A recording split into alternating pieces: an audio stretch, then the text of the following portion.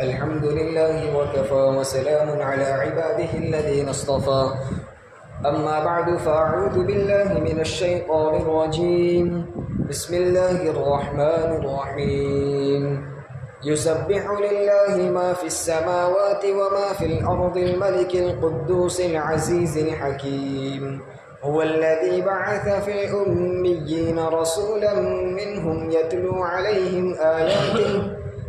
عليهم آياته ويزكيهم ويعلمهم الكتاب والحكمة وإن كانوا من قبل لفي ضلال مبين وآخرين منهم لما يلحقوا بهم وهو العزيز الحكيم صدق اللہ العظیم۔ ابھی جو آیتیں ہم حضرات کے سامنے تلاوت کی گئی یہ سورہ جمعہ کی ابتدائی آیات ہے۔ اس سورت کا نام سورہ جمعہ ہے اور اسی سورت میں ایک آیت آئی ہے جس میں جمعہ کا لفظ بھی آیا ہے اور جمعہ کے متعلق ایک خاص حکم بھی اس سورت کے اندر نازل کیا گیا ہے۔ اس مناسبت سے اس سورت کا نام سورہ جمعہ ہے۔ یہ سورت مدنی ہے، یعنی حضور نبی کریم صلی اللہ علیہ وسلم کے ہجرت فرما جانے کے بعد یہ سورت نازل ہوئی تھی۔ ابتدائی آیت ہے یسبح للہ، اللہ کی تسبیح بیان کرتی ہے اور اللہ کی تسبیح بیان کرتی رہیں گی۔ کون؟ ما فی السماوات، ہر وہ چیز جو آسمانوں میں ہے، آسمان کی تمام چیزیں اللہ کی تسبیح یعنی اللہ کی پاکی بیان کرتی ہیں۔ عرش ہو، ملائکہ ہو، ساتوں آسمان اور اس پر موجود ساری چیزیں اللہ کی تسبیح اور پاکی بیان کرتی ہیں۔ وما فی الارض، اور جو کچھ زمین میں ہے، جو کچھ زمین میں ہے وہ سب کا سب اللہ کی تسبیح بیان کرتے ہیں۔ انسان ہو، جنات ہو، درخت ہو، ندی نالے ہو، پہاڑ ہو، یا جو چیزیں ہیں، پوری آسمان اور زمین کی تمام چیزیں اللہ کی پاکی بیان کرتی ہے۔ مراد یہ ہے کہ پوری کائنات، زمین اور آسمان کی تمام چیزوں کا مطلب درمیان کی بھی ساری چیزیں، یعنی دنیا کی ہر چیز اللہ کی پاکی بیان کرتی ہے۔ ہمیں سنائی نہیں دیتی۔ اللہ کی پاکی بیان کرنے کا کیا مطلب؟ کوئی انسان بیان کرے تو سمجھ میں آتا ہے، وہ زبان سے بولتا ہے۔ جو چیزیں بے جان ہیں وہ اللہ کی تسبیح کیسے بیان کرتی ہیں؟ تو وہ دو طرح سے، ایک تو ہے کہ یہ ساری اللہ کی بنائی ہوئی کائنات کی ہر چیز اس حالت پر ہے، اس کنڈیشن پر ہے کہ وہ خود اپنی حالت سے اللہ کا تعارف کروا دیتی ہے۔ جیسے بارش کا نظام ہے، ایک خاص اور انوکھے انداز سے اللہ تعالیٰ بارش برساتا ہے۔ اس اللہ کی اس قدرت میں غور کریں تو بارش بولتا نہیں ہے، لیکن بارش خود بتا دیتا ہے کہ اللہ بڑی قدرت اور بڑی حکمت والا ہے۔ اتنا بڑا آسمان ہے، اس کے پاس زبان نہیں ہے، وہ بولتا نہیں ہے، لیکن بغیر ستون کے اتنے بڑے آسمان کا ہزاروں سال سے قائم رہنا، اس میں کبھی کوئی دراڑ نہ آنا، اس کے رنگ میں کبھی فرق نہ پڑنا، کبھی پرانا نہ ہونا، یہ ساری چیزوں پر غور کرتے ہیں تو سمجھ میں آتا ہے کہ اس کے بنانے والا بڑی قدرت والا ہے۔ تو گویا آسمان خود اپنی حالت سے اللہ کی تسبیح بیان کرتا ہے۔ اسی طرح ہر چیز، پھل فروٹ ہے، درخت ہے، ندی نالے ہیں، دریا ہے، پہاڑ ہے، یہ ہر چیز اپنی حالت سے خود اللہ کی تسبیح بیان کرتی ہے۔ ایک معنی یہ ہے، اور ایک معنی یہ ہے کہ خود وہ تسبیح بولتی ہے اگرچہ ہمیں سنائی نہیں دیتی۔ اللہ تعالیٰ نے ان کو ایک خاص قسم کی قدرت دی ہے جس سے اللہ کی ہر چیز، اللہ کی بنائی ہوئی ہر چیز اللہ کی پاکی بیان کرتی ہے۔ یہ ہے یسبح للہ ما فی السماوات وما فی الارض، جو کچھ آسمانوں میں ہے اور جو کچھ زمینوں میں ہے سب کا سب اللہ کی تسبیح بیان کرتے ہیں۔ کون؟ اللہ الملک، جو بادشاہ ہے۔ کوئی معمولی ذات کی تسبیح بیان نہیں ہو رہی ہے، اس اللہ کی تسبیح بیان کی جا رہی ہے۔ آسمان کی چیزیں بھی، زمین کی چیزیں بھی، ہر چیز اللہ کی تسبیح بیان کرتی ہے، اس اللہ کی جس اللہ نے آسمان اور زمین کو بنایا۔ یوں کہنا چاہتے ہیں کہ یہ ساری چیزیں جو تسبیح جس کی بیان کر رہی ہے وہ ساری چیزوں کا بادشاہ ہے، الملک۔ آسمان کی چیزیں ایک ذات کی تسبیح بیان کر رہی ہے، وہ اس ذات کی بیان کر رہی ہے جو آسمان کا بادشاہ ہے۔ زمین کی چیزیں اس اللہ کی تسبیح بیان کر رہی ہیں جو زمین کا بادشاہ ہے۔ صرف مالک نہیں بلکہ ملک بھی ہے۔ اللہ تعالیٰ مالک بھی ہے، ملک بھی ہے۔ مالک کا معنی کیا ہوتا ہے؟ جیسے انسان بھی ایک درجے میں کسی نہ کسی چیز کا مالک ہوتا ہے، ایسے حقیقی طور پر اللہ تعالیٰ مالک ہے، لیکن اللہ نے انسان کے قبضے میں چیزیں دی ہیں تو ہم کیا کہتے ہیں؟ میں فلاں مکان کا مالک ہوں، فلاں گاڑی کا مالک ہوں، زمین کا میں مالک ہوں۔ تو آدمی مالک ہوتا ہے، لیکن ہر مالک بادشاہ نہیں ہوتا۔ بادشاہ ہم سمجھتے ہیں جس کے پاس حکومت ہوتی ہے، جس کے پاس پورے ملک کا کنٹرول ہوتا ہے۔ اللہ تعالیٰ ہر چیز کا مالک بھی ہے اور ہر چیز کا ملک یعنی بادشاہ بھی ہے، ہر چیز پر اس کا کنٹرول چلتا ہے۔ ساری آسمان اور دنیا کی حکومت اس کے قبضے میں۔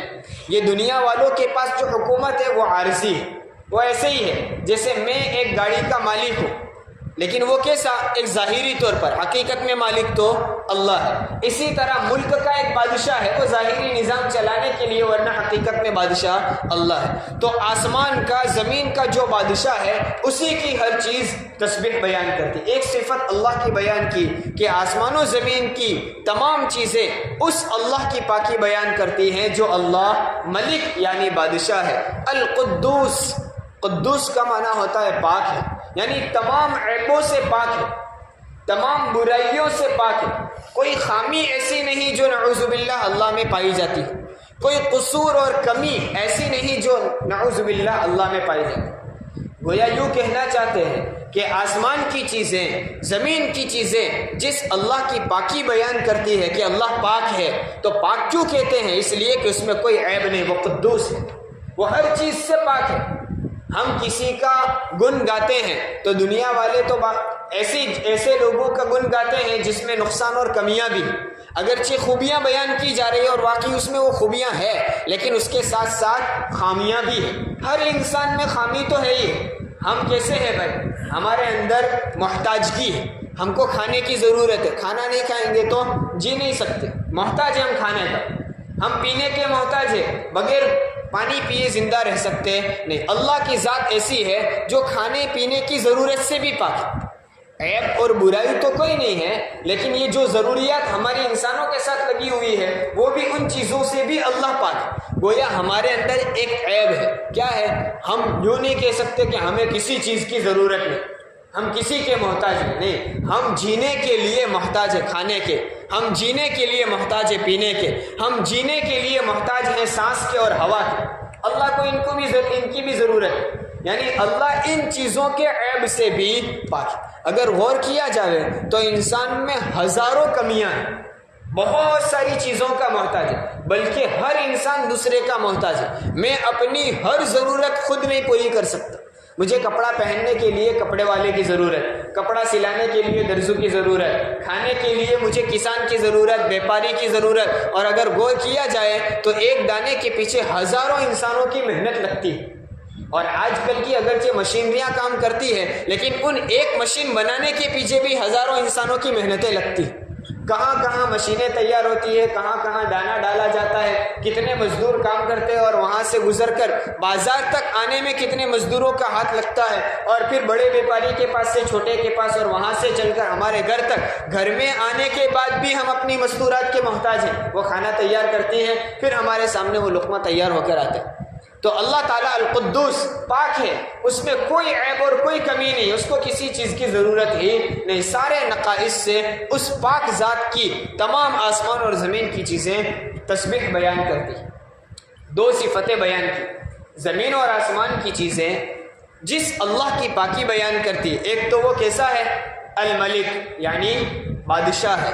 نمبر دو القدوس، وہ سارے عیوب سے پاک ہے، کوئی کمی اور نقصان اس میں نہیں۔ نمبر تین العزیز، زبردست ہے، وہ زبردست ہے، وہ کسی کا محتاج نہیں ہے، اپنے اندر نقائص سے وہ پاک ہے، تو اس نے کسی سے مدد لی ہو ایسا نہیں ہے، کسی کے پاس رہ کر اس نے اپنے آپ کو ایسا بنائے ہو کہ اب کسی کی اس کو ضرورت نہیں رہے، محتاج نہیں رہا، نہیں، وہ بذات خود العزیز زبردست ہے، اور الحکیم وہ حکمت والا ہے۔ آسمان اور زمین کی چیزیں اور پوری کائنات کو اس نے بنایا ہے، اپنی حکمت کے پیش نظر بنایا۔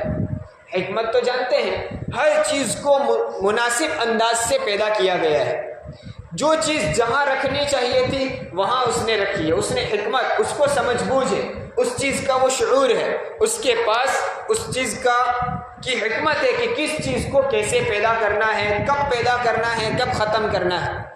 تو آسمان اور زمین کا جو نظام بھی بنایا ہے اللہ نے اپنی حکمت سے بنایا ہے، اس لیے آسمان اور زمین کی ساری چیزیں اللہ کی تسبیح بیان کرتی ہیں۔ جب بے جان چیزیں بھی، یعنی جن چیزوں کے اندر جان نہیں ہے، روح نہیں ہے، وہ بھی اللہ کی تسبیح بیان کرتی ہے، تو ہمیں تو بدرجہ اولا جب اللہ نے ہمیں روح دی ہے، سمجھ بوجھ دی ہے، شعور دیا ہے، سمجھنے کی طاقت دی ہے کہ اللہ کی ذات کیسی ہے، وہ کیسی قدرت والا اور کیسی حکمت والا ہے، جب بے جان چیزیں اس کی قدرت اور حکمت کو پہچان کر اس کی تسبیح بیان کرتی ہے، تو انسان میں تو بذات خود سمجھنے کی اللہ نے صلاحیت رکھی ہے، اس کو تو اللہ کی حکمت، اللہ کی قدرت اور اللہ کی بڑائی کو مد نظر رکھتے ہوئے اللہ کی خوب تسبیح بیان کرنی چاہیے۔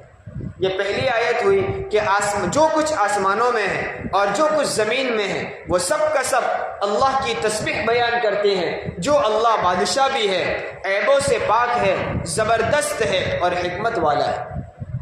هو الذی بعث فی الامیین رسولا، یہ وہی اللہ ہے جس نے ان پڑھ لوگوں میں ایک رسول بھیجا۔ امیین، امی کہتے ہیں ان پڑھ، یعنی نہ پڑھے ہوئے لوگ۔ امیین سے مراد اہل عرب ہے، چونکہ اہل عرب میں اس زمانے میں لکھنے پڑھنے کا رواج نہیں تھا، پورے علاقے اور شہر میں گنے چنے لوگ ہوتے تھے جو لکھنا پڑھنا جانتے تھے، ورنہ لکھنے پڑھنے کا کوئی رواج ہی نہیں تھا، نہ اسکول تھی نہ مدرسہ تھا۔ بس آدمی پیدا ہوتا، ماں باپ کی تربیت میں رہتا، عمر کے ایک خاص مرحلے پر پہنچ جاتا تو وہ کمانا سیکھ جاتا اور اپنا کمائی کرتا اور زندگی گزارتا تھا، لکھنے پڑھنے کا کوئی رواج نہیں تھا۔ اللہ فرماتے ایسے ان پڑھ لوگوں کے درمیان ہم نے ایک رسول کو بھیجا۔ جو رسول بھیجا وہ کون سا؟ رسولا منہم، انہی میں سے، یعنی انہی کی قوم کا، اسی ان پڑھ قوم کا ایک رسول ہم نے بھیجا۔ گویا جس کے پاس رسول بھیجا وہ بھی ان پڑھ لوگ تھے، اور جس کو ہم نے رسول بنایا وہ بھی اسی قوم میں سے امی تھا، پڑھا ہوا نہیں تھا۔ حضور اکرم صلی اللہ علیہ وسلم بھی کسی کے پاس لکھنے پڑھنا سیکھنے گئے نہیں ہیں، آپ کا دنیا میں کوئی استاذ نہیں ہے، اور یہ آپ کے لیے عیب نہیں، آپ کی خوبی ہے۔ آپ صلی اللہ علیہ وسلم کسی کے پاس پڑھنے نہیں گئے، یہ آپ کی خوبی ہے، اس لیے کہ آپ کا کوئی استاذ ہوتا اور پھر آپ کو نبوت ملتی تو وہ استاذ کو کہنے کا حق ہوتا کہ تو نبی ہو تو کیا ہوا، ہے تو میرا شاگرد، لیکن کسی کو منہ نہیں ہے جو یوں کہے کہ محمد کو میں نے سکھایا۔ آپ اگر قرآن پڑھ کر لوگوں کو سناتے تو عرب والوں کو بہانہ مل جاتا کہ یہ فلاں استاذ کے پاس سے سیکھ کر آیا ہے، یہ کوئی اللہ کا کلام ہے۔ لیکن عرب کے لوگوں نے دیکھا 40 سال یہ محمد ہمارے سامنے رہے، اور ان کی شرافت، ان کی عزت، ان کی صداقت، ان کی امانت سب عرب کے والوں کے سامنے تھی، ہر آدمی جانتا تھا کہ یہ کہاں رہے، کیسے جیے اور ان کی زندگی جوانی کیسے گزری۔ اب جوانی کے ایک مرحلے پر گزر کر 40 سال کی عمر ہو جانے کے بعد جب عجیب و غریب ایسا کلام سنائے جو آج تک کسی نے سنا ہی نہیں، تو ہر کوئی ماننے کے لیے مجبور ہو جائے گا کہ یہ آدمی کسی کے پاس پڑھنے تو گیا نہیں، کسی نے اس کو سکھایا نہیں، یہ تو امی ہے، اس کے باوجود ایسا کلام پیش کرتے ہیں کہ اس کی مثال پیش کرنا ناممکن، تو واقعی یہ اللہ ہی کا کلام ہے۔ تو یہ آپ صلی اللہ علیہ وسلم کی خوبی ہے، اللہ نے آپ کو انسانوں کے پاس پڑھنے بھیجا ہی نہیں، براہ راست اپنے پاس سے جبرائیل امین کے ذریعے سے علم پہنچائے۔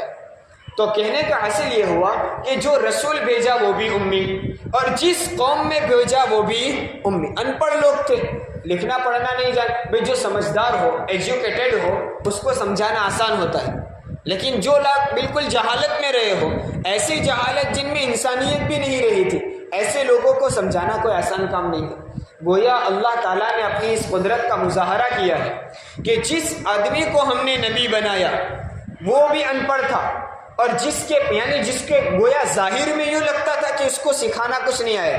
آپ صلی اللہ علیہ وسلم کسی کے پاس سیکھے ہوئے نہیں تھے، اس لیے ظاہر میں یوں لگتا تھا کہ یہ سکھانے کی طاقت رکھتے ہیں نہیں، اور جس قوم کے پاس بھیجا ان میں سیکھنے کی ظاہر میں صلاحیت نہیں، لیکن اس کے باوجود آپ صلی اللہ علیہ وسلم کا معجزہ ہے کہ آپ کے اندر سکھانے کی ظاہر میں صلاحیت نظر نہیں آ رہی تھی، امی تھے، جس کے پاس بھیجا وہ بھی امی تھے، اس کے باوجود آپ نے ایسی علم و حکمت کی باتیں سکھائی اور ایسے علماء اور حکماء پیدا ہوئے، ایسے سمجھدار لوگ اللہ کے رسول صلی اللہ علیہ وسلم نے تیار کیے کہ آج تک علم دین سیکھنے کے لیے ہم ان صحابہ کے محتاج ہیں۔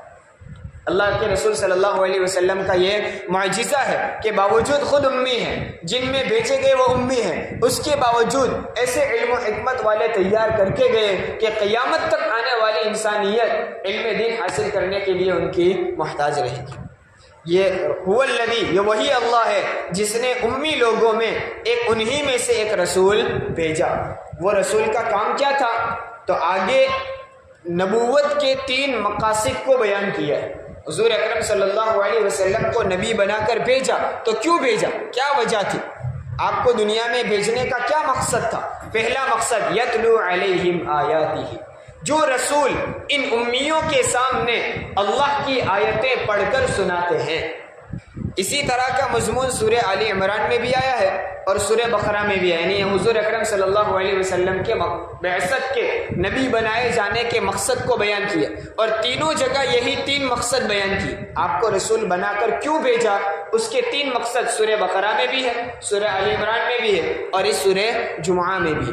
پہلا مقصد کیا ہے کہ وہ ان امیوں کے سامنے یعنی اپنی امت کے سامنے اللہ کی آیتیں پڑھ کر سناتے، یتلو تلاوت کرتے۔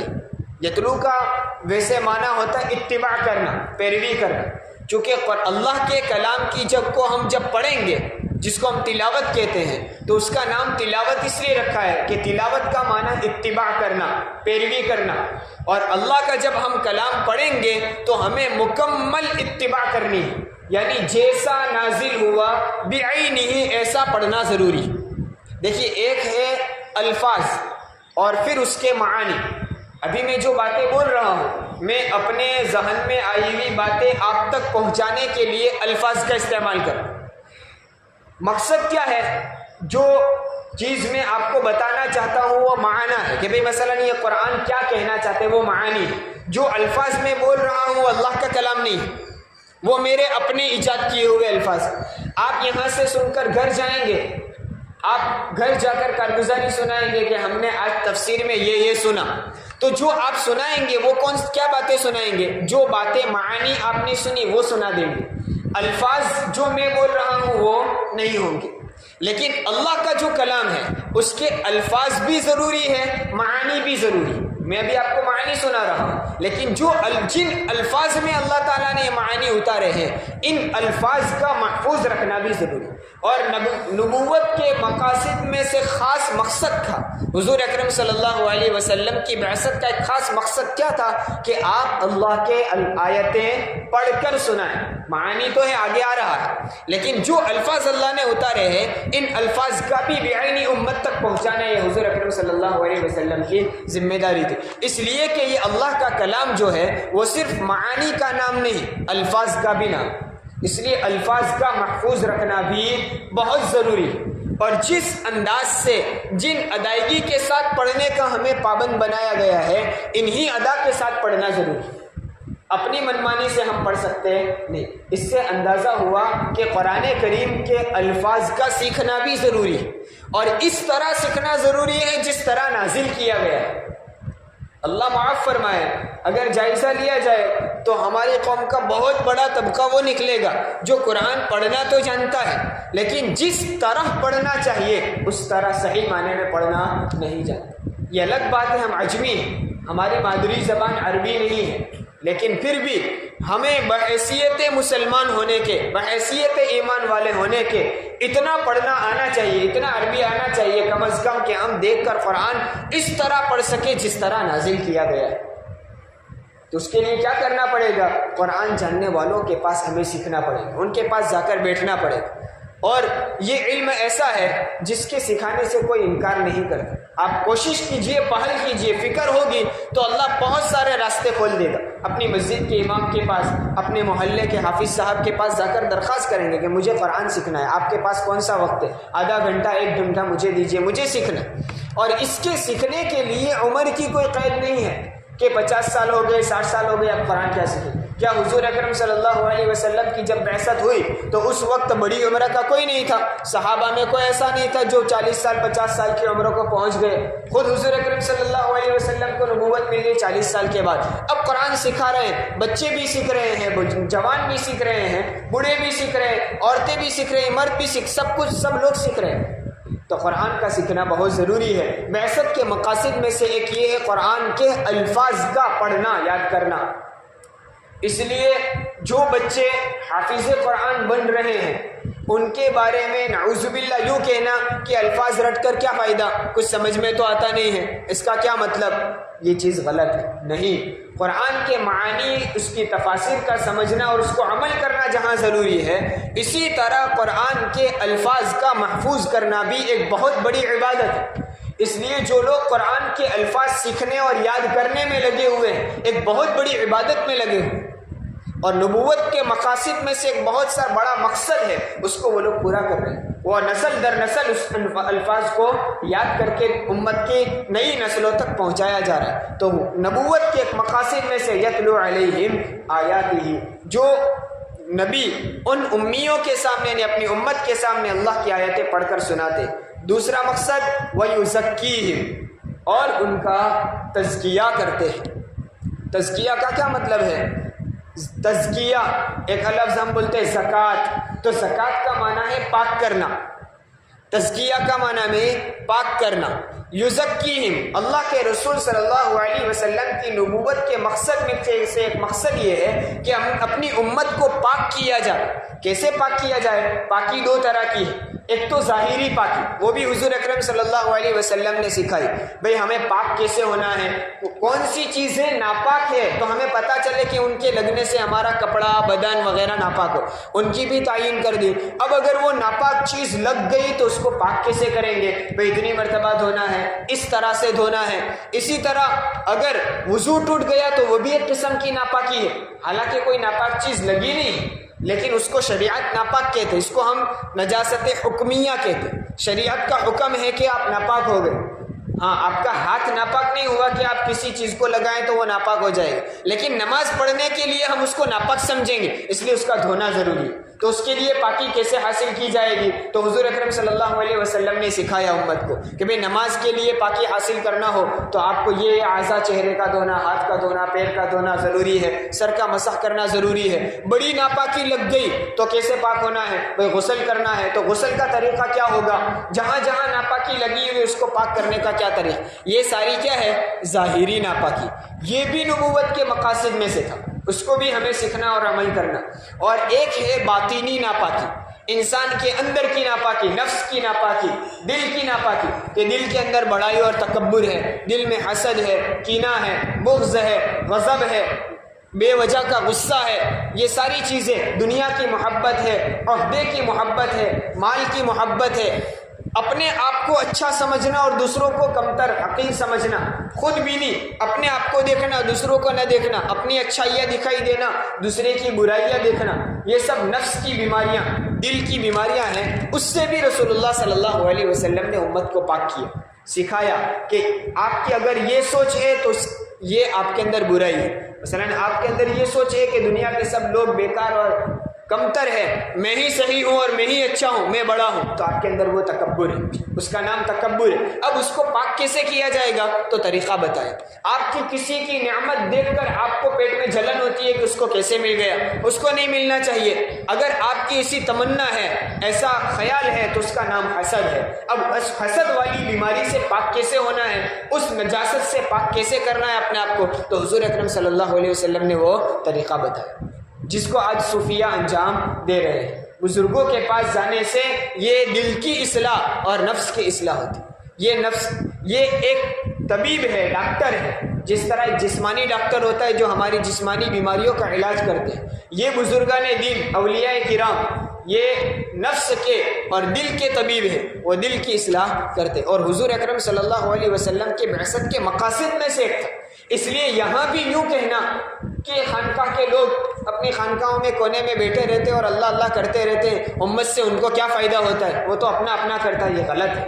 حضور اکرم صلی اللہ علیہ وسلم کے نبوت کے مقاصد میں سے ایک باقاعدہ مقصد ہے کہ طالبین جب آئے ان کو سکھائیں، ان کی اصلاح کریں، ان کو طریقے بتائیں اور ان کو شریعت و سنت کے مطابق ڈھالیں، یہ ایک بہت بڑا مقصد۔ تو وَيُزَكِّيهِمْ، اور تیسرا مقصد وَيُعَلِّمُهُمُ الْكِتَابَ وَالْحِكْمَةَ، لوگوں کو کتاب اور حکمت کی باتیں سکھاتے ہیں۔